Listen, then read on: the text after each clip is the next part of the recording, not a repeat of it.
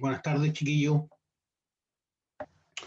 Vamos a seguir con nuestra materia. Qué pena que hay pocos alumnos. Ojalá que se incorporen más rato. Uno no solamente enseña y aprende para aprobar un ramo, ¿ya? Uno tiene que estudiar básicamente para conocer el mundo. Independiente que quizás muchos ya tienen aprobado el ramo, hay materia que falta por ver. Entonces es importante que la vean, ¿ya?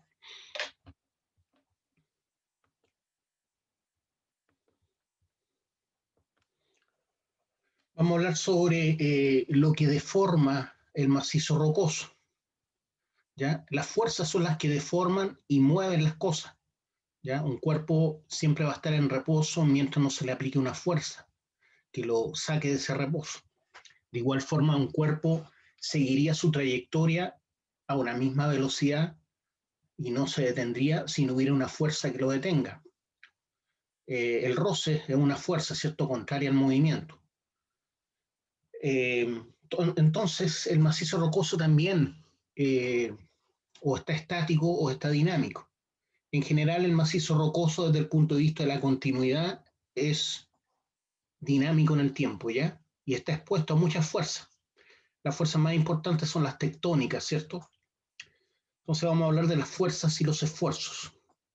Muchas de las ideas aquí expuestas se derivan de los importantes y en muchos casos cruciales aportes de Ramsay, 1967, Hobbes et al significa Hobbes y los que lo acompañaron en su estudio, 1976, Nicolas y Mainprice en 1987, Viegermars, 1997, Twist y Moores, 2007, así como del ya clásico trabajo de González de Vallejo et al., o sea, González de Vallejo más otros investigadores, del año 2002.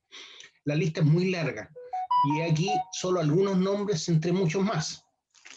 Las rocas, eh, como les decía, que constituyen la corteza terrestre, están sometidas a un gran número de esfuerzos y fuerzas relacionadas con diferentes procesos, tanto exógenos, o sea, fuera de donde se está produciendo, como endógenos, como dentro de la matriz rocosa. De forma que de forma que sobre esos materiales rocosos siempre van a existir fuerzas actuando a todas las escalas, a nivel microscópico y a nivel macroscópico. Por ejemplo, a nivel microscópico podemos hablar de la estructura cristalina que está formada por fuerzas, ¿cierto? Fuerzas electromagnéticas que permiten la unión de la celda unitaria y además permite la unión de la red cristalina entre muchas celdas unitarias. A las grandes unidades orogénicas. A las grandes unidades orogénicas se refiere a donde se producen los yacimientos.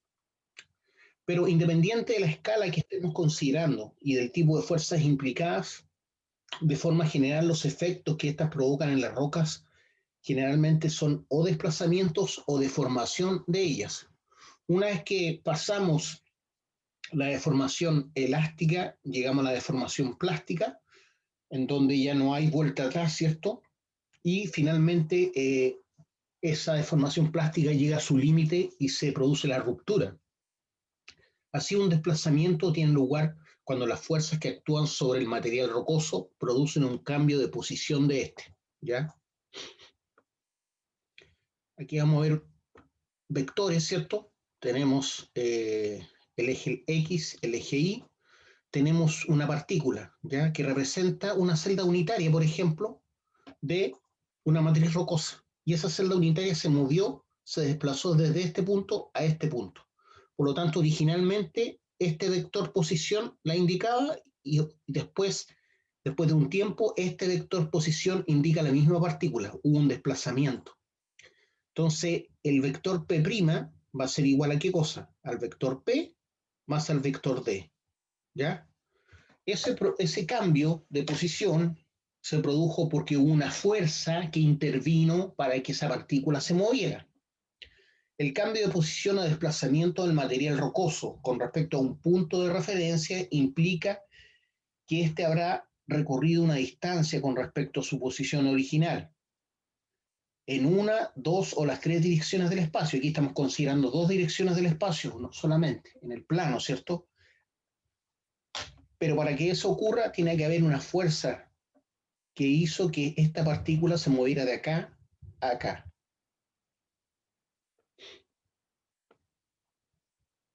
Dependiendo de la trayectoria del desplazamiento, este puede ser una trayectoria homogénea, puede ser rotacional o inhomogénea, ¿ya? Este es un desplazamiento homogéneo, o sea, más o menos conserva el mismo dirección y sentido. Acá también hay una misma dirección y sentido, pero que tiende a la curva, ¿cierto? Y acá no hay ninguna dirección y sentido común, ¿ya? Por eso se dice que es un desplazamiento inhomogéneo o heterogéneo, también puede llamarse heterogéneo. En el desplazamiento homogéneo, las trayectorias de todas las partes del material rocoso son iguales. En el desplazamiento rotacional, las trayectorias son proporcionales y paralelas. Y en el caso del desplazamiento inhomogéneo, las trayectorias son erráticas, ¿ya? O aleatorias.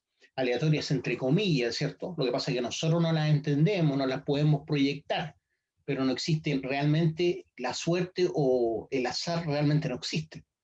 Lo que pasa es que nosotros no manejamos todas las variables, pero si las manejáramos, podríamos predecir el futuro, ¿ya? ¿Por qué no podemos producir, perdón, por qué no podemos predecir un terremoto? Porque no conocemos todas las variables.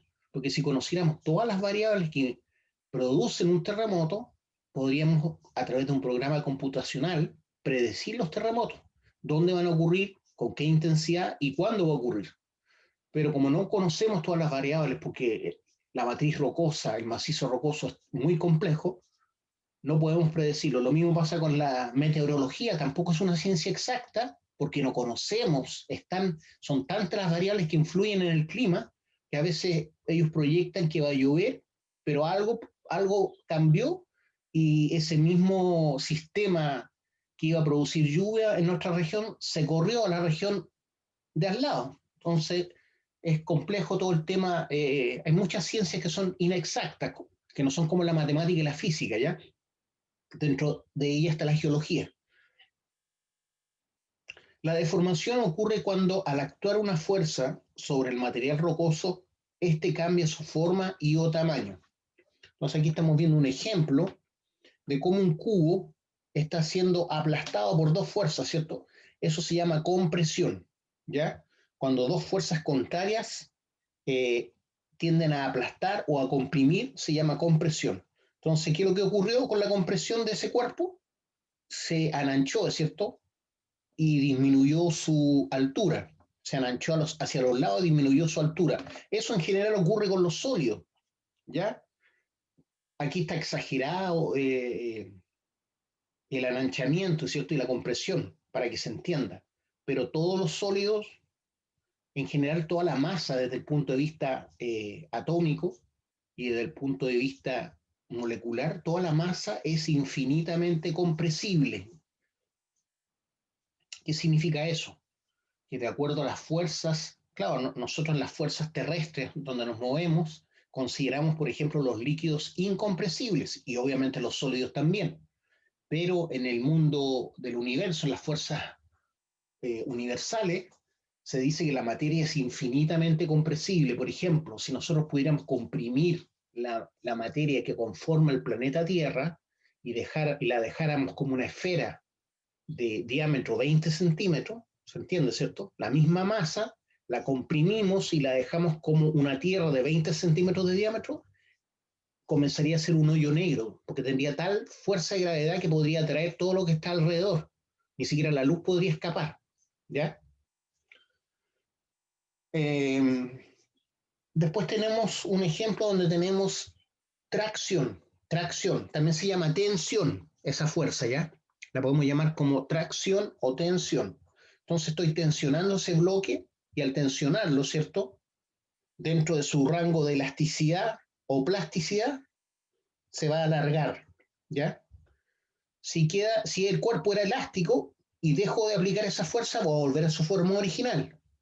Si ya pasé por el límite elástico y estoy dentro del límite plástico de este cuerpo, de esta materia, y tiene ese alargamiento, y yo dejo de aplicar la fuerza, se va a mantener con ese alargamiento, ¿ya? Eso sí estoy dentro del ámbito plástico. ¿Qué dice ahí?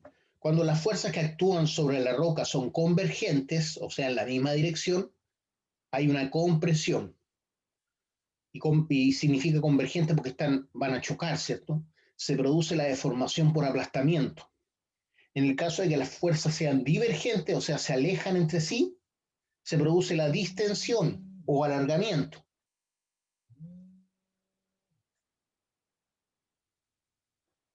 Se produce la deformación por elongación o estiramiento. ¿Ya? Esperemos un poquito, por favor.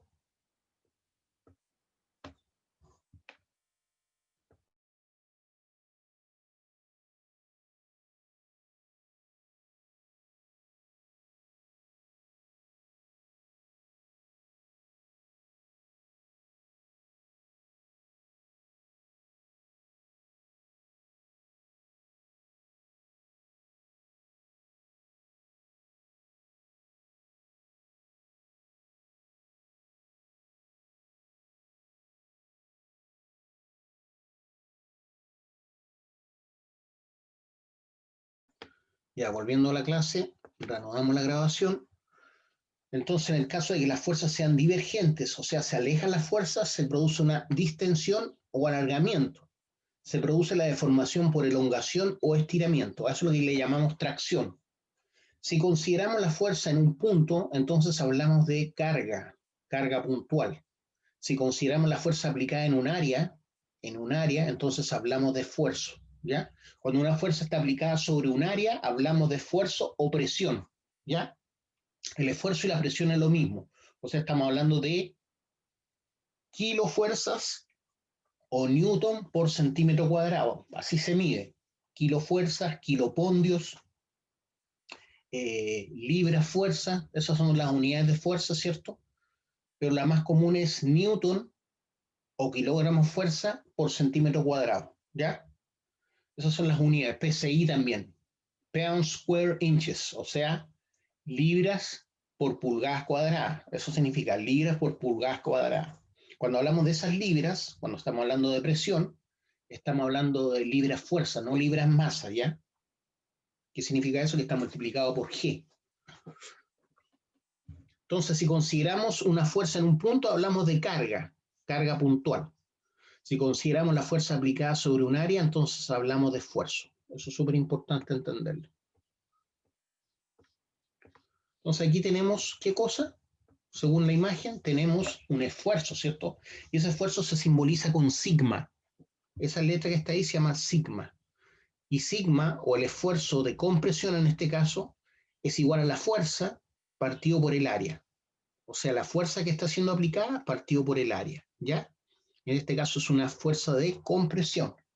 Pero ese esfuerzo también puede ser de tensión, ¿ya?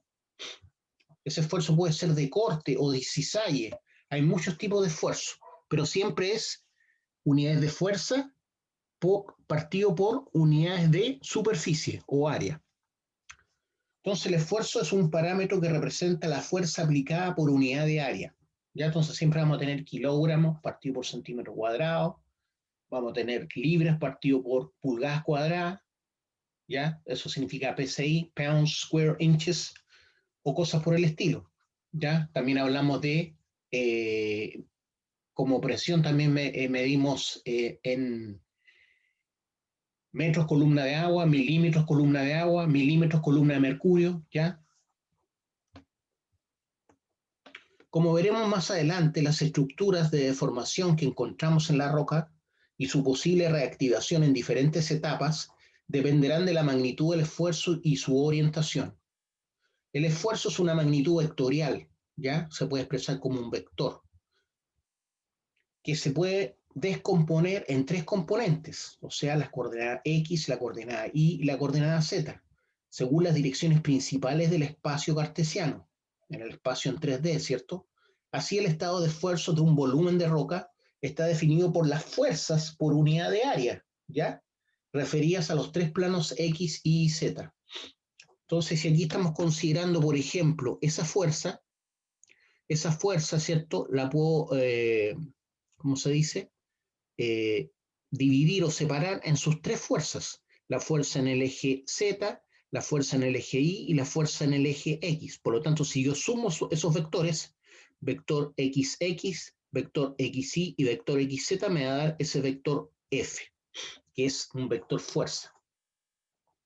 En este caso, también estamos representando, ahora estamos representando en este otro, no estamos representando fuerzas, sino esfuerzos. Entonces tengo un esfuerzo que es casi paralelo al eje Y, tengo un esfuerzo que es casi paralelo al eje X, pero no están paralelos si se dan cuenta. Entonces ese esfuerzo XZ, perdón, ese esfuerzo que está ahí, que no tiene nombre, ¿cómo se dice?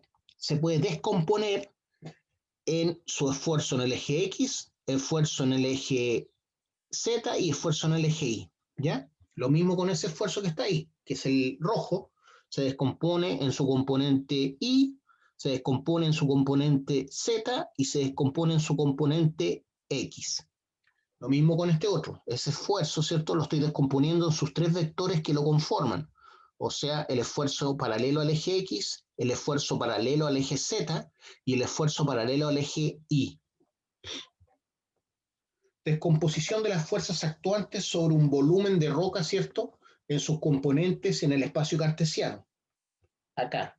Y acá estamos viéndolo o como fuerzas o como esfuerzos, ¿ya? En este caso fuerzas, pero que están actuando sobre un área. Si consideramos un volumen infinitesimal, esto es lo que sería equivalente a un punto, el esfuerzo resultante podemos escribirlo como una matriz, conocida como tensor de esfuerzos, de la manera que este tensor representaría el esfuerzo resultante en un punto. Los componentes ortogonales a la superficie son los llamados esfuerzos normales y las componentes paralelas a la superficie son los esfuerzos tangenciales o de cisaille. No vamos a entrar en la parte matemática, solamente es para que sepan que así se descompone, ¿cierto?, los esfuerzos. Entonces vamos a adelantarnos un poquitito, porque no quiero entrar en la parte matemática, sino lo que me interesa es que entiendan lo que es un esfuerzo y una fuerza, para entender cómo esto cumple su propósito, ¿cierto?, en las rocas. Entonces las rocas con los esfuerzos se deforman, ¿cierto? Deformación, el porqué de la diversidad de estructuras, ¿ya? La deformación puede ser continua, puede ser discontinua y también puede ser homogénea, ¿ya? Cuando es continua es cuando el cambio de forma o tamaño tiene lugar de manera continua, ¿ya? Cuando el cambio de forma o tamaño tiene lugar de manera continua. Es discontinuo cuando existen cambios importantes o variaciones acusadas de la deformación a través de las superficies o zonas discretas. Es homogénea cuando cada partícula o parte de la roca es deformada de la misma manera. Inhomogénea o heterogénea, que es lo mismo, la cuantía de la deformación varía notablemente de un volumen de roca dado a otro. Entonces aquí tenemos un ejemplo de deformación continua, un pliegue, ¿cierto?, de un estrato, deformación discontinua, hubo una deformación pero hubo un corte producto de esa deformación, ¿ya? Y se cortó la roca por cisalle. Cisalle es eso justamente, cuando se entiende que esta parte fue ejercida hacia arriba y esta parte ejercida hacia abajo, ¿ya? Entonces hay deformación discontinua. Acá hay deformación homogénea, en el sentido que se está estirando de forma homogénea. Cada pedazo, cada cantidad infinitesimal de materia se está deformando de igual forma que el macro. Aquí la deformación es inhomogénea o heterogénea. La deformación en este cuadrito es distinta a la de acá. La deformación en este otro cuadrito es distinta a la de acá. Por eso es deformación inhomogénea, no es homogénea. O heterogénea, que es lo mismo. Los conceptos de homogeneidad y continuidad de la deformación no son equivalentes, ¿ya? Homogeneidad tiene que ver cómo se deforma a lo largo de toda la matriz rocosa. Continuidad tiene que ver cómo el esfuerzo está siendo sometido de forma continua, ¿ya? Aunque sí están relacionados, pero no es lo mismo. La homogeneidad que la continuidad de la deformación. Voy a borrar eso. El carácter de continuidad y homogeneidad depende de la escala que estemos considerando, de manera que a una escala determinada la deformación puede ser homogénea y a otra escala la deformación puede ser inhomogénea. Por ejemplo, si estoy mirando una roca a nivel micro, o sea, estoy mirando una roca de 10 centímetros cúbicos, puede que a esa escala sea homogénea, pero a la escala de 1 kilómetro cúbico, dalo por hecho que va a ser inhomogénea, ¿cierto? Porque van a haber muchos tipos de roca y muchos esfuerzos que van a estar trabajando ahí. Por ejemplo, las características macroestructurales de un pliegue concéntrico paralelo representan una deformación homogénea. Sin embargo, si se estudia la deformación interna de cada uno de los estratos o capas que constituyen ese pliegue, se ve que la deformación no es homogénea, ya que cada estrato, que es de distinto suelo o distinta roca, va a tener sus propias características geomecánicas, resistencia a la compresión, ángulo de corte, etcétera, ya que hay zonas de estiramiento y zonas de aplastamiento en la misma capa. Estos aspectos serán analizados con mayor detalle más adelante. ¿Ya qué significa eso? Les voy a dar un ejemplo. Aquí tengo una barra, ¿ya? Piensen que es una barra que puede ser de un metal o algo, ¿ya? Y yo lo que voy a hacer es ejercer una fuerza hacia allá y ejercer una fuerza hacia acá, ¿ya? Al mismo tiempo.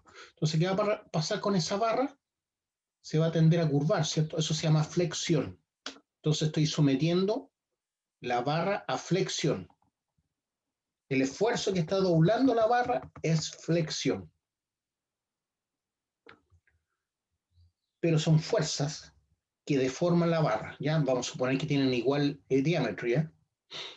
¿Qué es lo que ocurre acá? Justo en el centro de la barra, en el eje central de la barra, la parte de arriba, si se dan cuenta ustedes, se está estirando. Esa parte de ahí, justo la parte en el centro, se está estirando. Y la parte central se está comprimiendo. Y eso cambia solamente a partir del eje central de la barra, ¿ya? Entonces, al doblar una madera, la parte de arriba justamente se está traccionando y la parte interna se está comprimiendo. Entonces, si bien estoy ejerciendo un esfuerzo de flexión, las partes internas, ¿cierto? No son iguales, ¿ya? Los esfuerzos internos no son homogéneos, son inhomogéneos. A eso se refiere con lo que está diciendo esta última parte. Dice, sin embargo, si se estudia la deformación interna de cada uno de los estratos o capas que constituyen ese pliegue, se ve que la deformación no es homogénea, ya que hay zonas de estiramiento y zonas de aplastamiento en la misma capa. Este podría ser un estrato, ¿cierto? Esa barra. ¿Entendió lo que expliqué, chiquillo?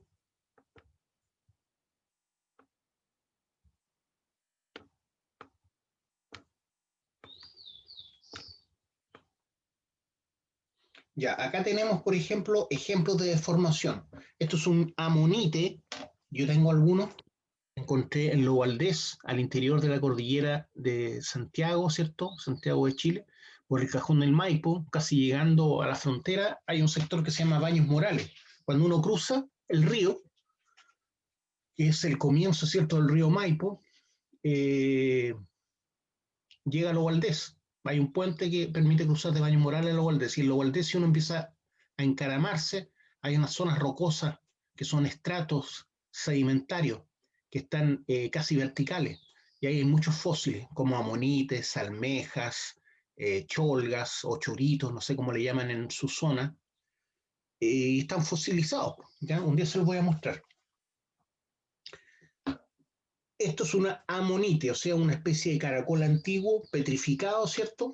Que está siendo sometido a distintos esfuerzos. Aquí tiene una deformación homogénea. Entonces, a veces encontramos así los fósiles. A veces los encontramos así porque sufrió una deformación heterogénea. Y a veces lo encontramos así porque hubieron fallas, una deformación discontinua. Una deformación discontinua porque hubieron fallas que cortaron el fósil en 1, 2, 3, 4 partes, ¿ya? Esos son ejemplos de deformación de roca. Para evaluar la naturaleza y también la cuantía de la deformación, es fundamental disponer de marcadores geométricos, adaptada por Nicholas Mainpriest en 1987. Esos marcadores geométricos en este caso son esas líneas, ¿cierto?, que dividen el elemento que estamos midiendo. Y miren lo que ocurrió ahí, miren lo que ocurrió acá. Acá tenemos una deformación, esto es el elemento original, y acá tenemos una deformación que fue por compresión, ¿cierto? Compresión. Este elemento que está acá, que puede ser un estrato, se comprimió, porque fue sometido a un esfuerzo convergente de fuerzas en la misma dirección, pero distinto sentido. Entonces tendieron a comprimir. Pero cuando ya no se puede comprimir más ese estrato o esa barra, se deforma por flexión. Entonces hay una flexión ahí, ¿cierto? Porque como ya no se puede comprimir más, se bandea o se flecta, ¿ya? Esos esfuerzos de compresión se transforman en un esfuerzo de flexión que hace que se deforme, ¿ya? Entonces podemos decir que este es el cuerpo inicial y este es el cuerpo final, ¿ya? Hubo un acortamiento. ¿Por qué? Porque D es más largo que DF.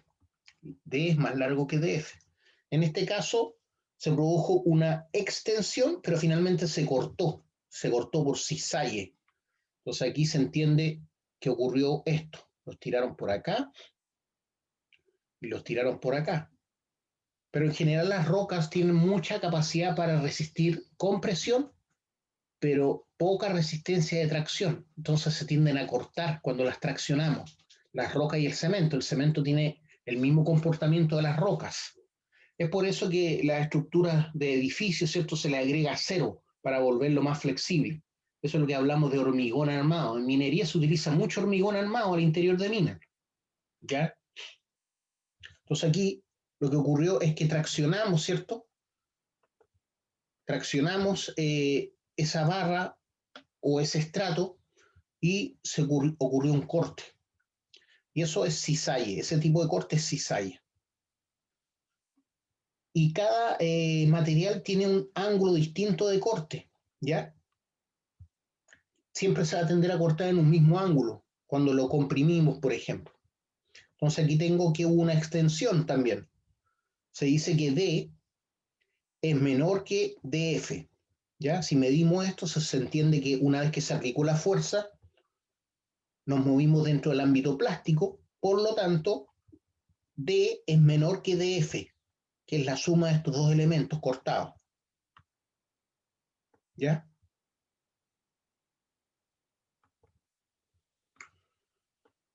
Voy a borrar esto.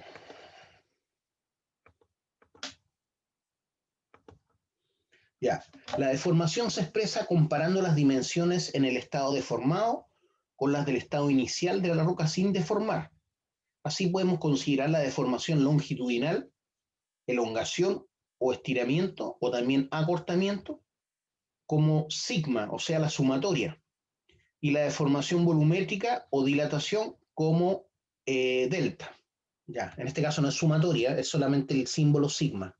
Entonces así podemos considerar la deformación longitudinal como sigma, que va a ser L1 menos LF, L1 o LI es la longitud inicial menos la longitud final, partido por la longitud inicial, y eso me va a dar el porcentaje, ¿cierto? O cuánto aumentó de tamaño, o cuánto se acortó de tamaño. Y esto tiene que ver con el volumen, ¿ya? Cuando se refiere a dilatación o retracción. Dilatación es cuando se agranda o retracción cuando se acorta. Entonces aquí tengo que el volumen inicial menos el volumen final, partido por volumen inicial, va a saber cuánto volumen disminuyó o cuánto volumen aumentó, ¿ya?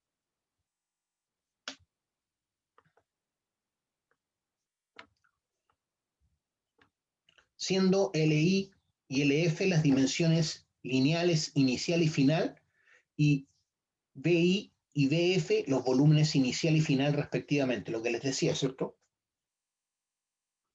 La resistencia es el esfuerzo que la roca puede soportar para ciertas condiciones de deformación.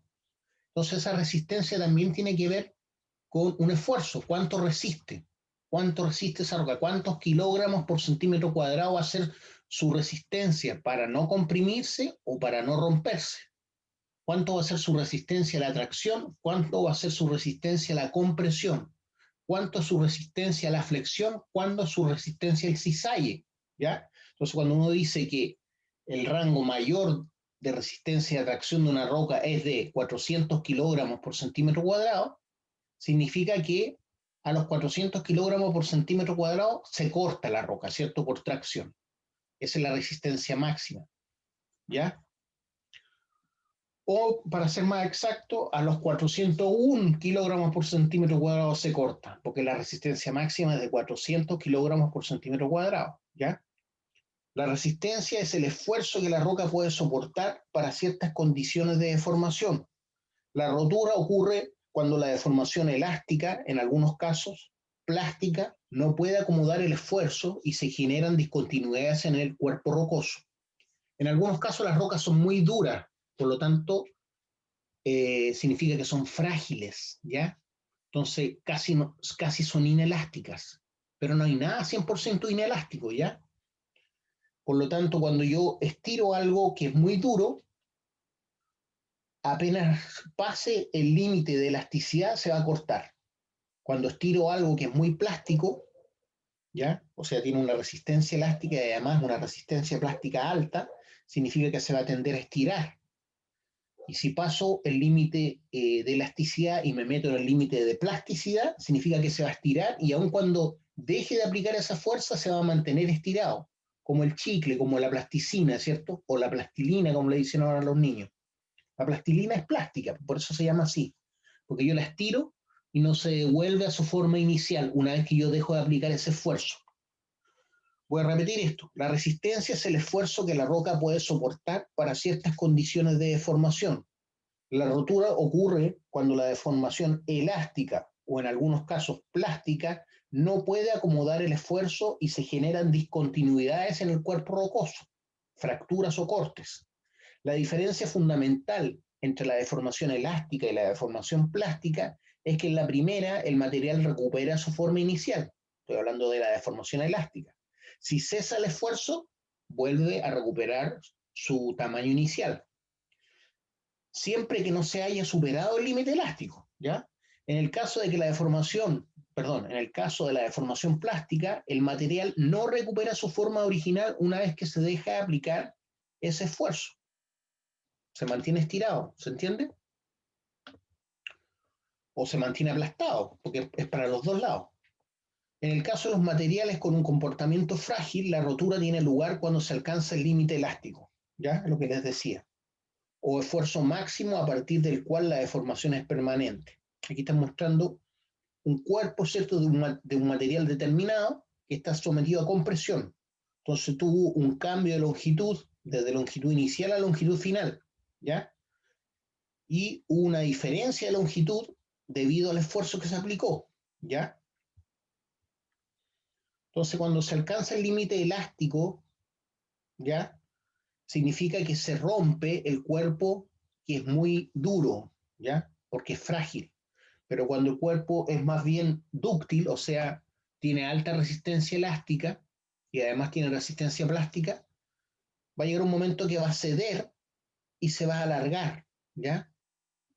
No se va a cortar. Entonces, esta es la deformación y acá tengo el esfuerzo que estoy aplicando.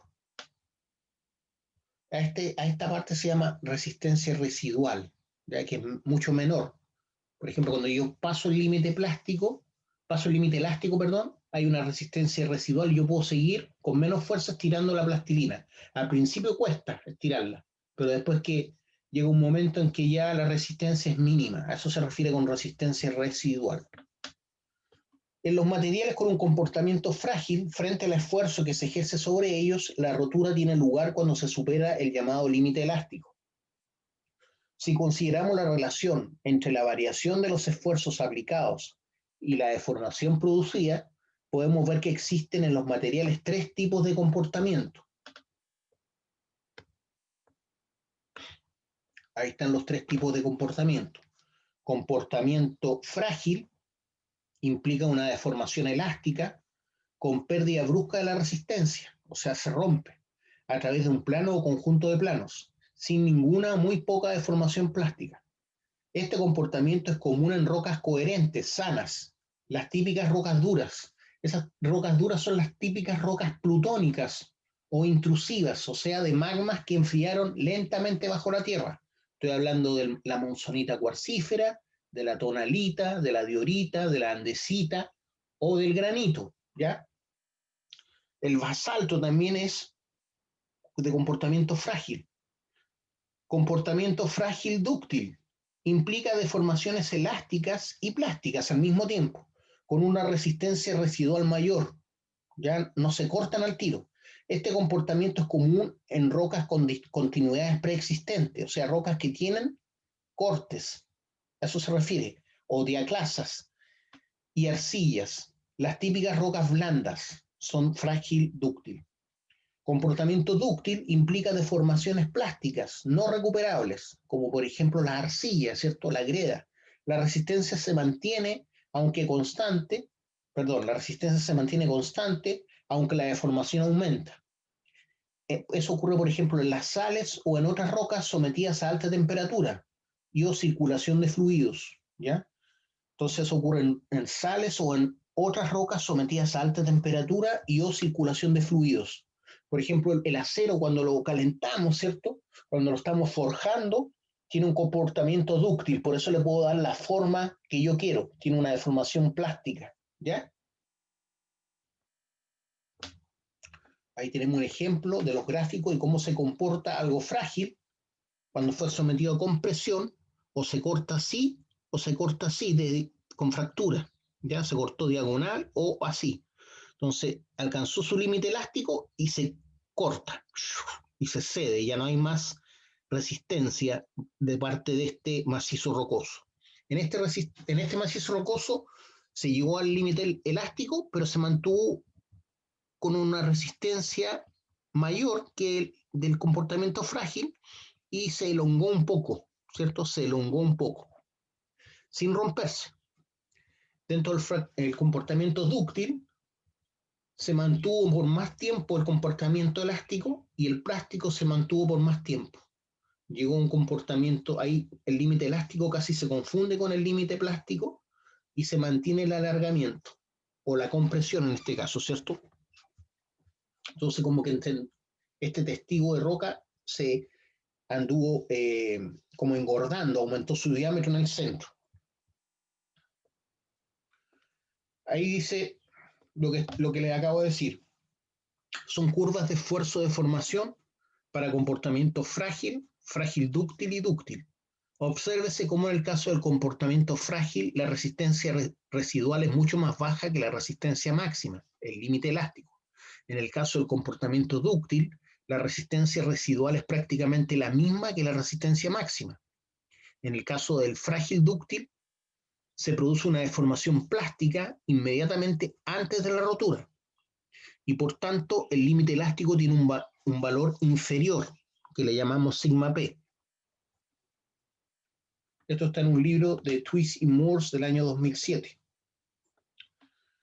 Ejemplo de deformación dúctil frágil, donde la roca sometida a un esfuerzo uniaxial, vale decir en la misma dirección, compresivo, desarrolla una deformación plástica hasta que finalmente se rompe. ¿Ya? Aquí tengo 20 megapascales, 7% de su resistencia, 14% de su resistencia, 21% de su resistencia, 28%, 35%, ¿ya? En cuanto a esfuerzo.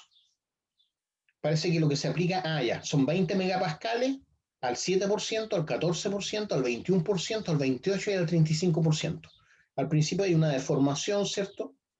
Aquí recién comienzan las fracturas y allá ya hay muchas más fracturas de algo que tiene un comportamiento plástico 100%, ¿cierto? No es frágil. Por eso se dice ejemplo de deformación dúctil frágil, donde la roca sometida a un esfuerzo uniaxial compresivo desarrolla una deformación plástica hasta que finalmente se rompe, disminuyendo su resistencia a partir de ahí. Chiquillos, como tenemos 3 horas, vamos a dejarlo hasta acá por el momento y nos volvemos a conectar en 25 minutos más, ¿ya? O sea, son 10 para las 3 aproximadamente. Nos juntamos a las 3:20, ¿ya? Son 10 para las 3, nos juntamos a las 3:20. Para no... Nos estamos viendo. Teresa, muy bien, lo demás.